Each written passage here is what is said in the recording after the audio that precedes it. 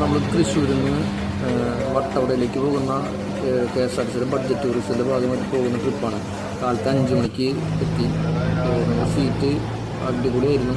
കാരണം ഇതിനു വേണ്ടി പ്രത്യേകം നിർമ്മിച്ചാണ് അവർ പറഞ്ഞത്. കാരണം സീറ്റ് അറേഞ്ച്മെൻറ്റ് സ്ലീപ്പിംഗ് സീറ്റുകൾ ഉണ്ടാക്കിയിട്ടുണ്ട്. അപ്പോൾ ആ കംഫർട്ടായിരുന്നത്. എന്ത് വട്ടവടയ്ക്ക് പോകുന്നതായാലും നമ്മൾ മൂന്നാർ തൊട്ടിട്ട് പോകുള്ളൂ. മൂന്നാറിൻ്റെ ഭംഗി കണ്ടിട്ടാണ് നമ്മൾ പോയിക്കൊണ്ടിരിക്കുന്നത്. വളരെ ഭംഗിയായിട്ടുള്ള ഒരു യാത്രയായിരുന്നു.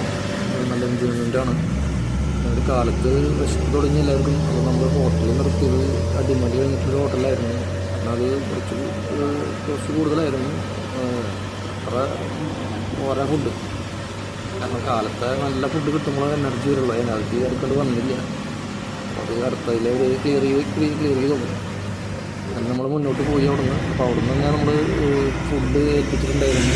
ഫുഡ് കഴിക്കാൻ വേണ്ടിയിട്ട് അവിടെ ഹോട്ടലുകളില്ല എന്നുള്ളത് അറിയാൻ വട്ടവട എത്തുമ്പോൾ ഏകദേശം ഒരു 5 മണിയോട് കൂടിയിട്ടൊക്കെയാണ് വട്ടവടയിൽ എത്തിയത്. നമ്മൾ 5:30 അവിടെ എത്തി. പോകുന്ന വഴിയിൽ ടോപ്പ് സ്റ്റേഷനിലൊക്കെ വണ്ടി നിർത്തിയിട്ടടങ്ങ് പോയിട്ടാണ്. പല എല്ലാ സ്റ്റേഷനിലും നിർത്തിയിട്ടാണ് പോയത്. നമ്മളിവിടെ നിന്ന് ജീപ്പ് സഫാരിയിൽ സ്ട്രോബെറി ഫാം സന്ദർശിച്ചു. 2 സ്ട്രോബെറിയുടെ അത് മേടിച്ചു. ഇവിടുന്ന് 200 രൂപ അങ്ങനെ മേടിച്ചു. ഇവിടുന്ന് വളരെ എന്താ പറയുക, നല്ല ക്ലൈമറ്റ് ആയിരുന്നു. കോട വന്ന തണുപ്പ് കൂടി വന്നു. എല്ലാവരും സെറ്ററൊക്കെ എടുത്തിട്ട് ഇതിന് വെള്ളച്ചാട്ടം ഭയങ്കര ഭംഗിയായിട്ടുള്ളൊരു വെള്ളച്ചാട്ടമാണ്. അപ്പോൾ അതും കൊണ്ടൊന്ന് കുറച്ചേരം ആസ്വദിച്ചു. 920 രൂപയാണ് ഇതിൻ്റെ ബസ് ഫെയർ വരുന്നത്. ബാക്കി ഫുഡ് അടക്കം നമുക്കൊരു 500 രൂപ എക്സ്ട്രാ വരുന്നുണ്ട്. സഫാരിയൊക്കെ അടക്കം മോശമില്ലാത്ത രീതിയിൽ എൻജോയ് ചെയ്യാൻ പറ്റും. അടിപൊളിയാണ്. ഫാമിലിക്ക് വേണമെങ്കിൽ അടിപൊളിക്ക് പോവാം. ശരിക്കും പറയുക ഒരു ദിവസം സ്റ്റേ ചെയ്തിട്ട് പോകാൻ വെച്ചാൽ ബെറ്ററാണ്.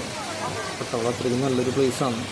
സ്റ്റേ ചെയ്യണം ശരിക്കും. എന്നാലാണ് വട്ടവടനെ കുറിച്ച് കൂടുതൽ നമുക്ക് അനുഭവിച്ചറിയാൻ പറ്റുള്ളൂ. കാരണം ആ ഒരു ക്ലൈമറ്റിൽ നമ്മൾ ഒരു ദിവസം സ്റ്റേ ചെയ്യണം നല്ലതാണ്. Okay, video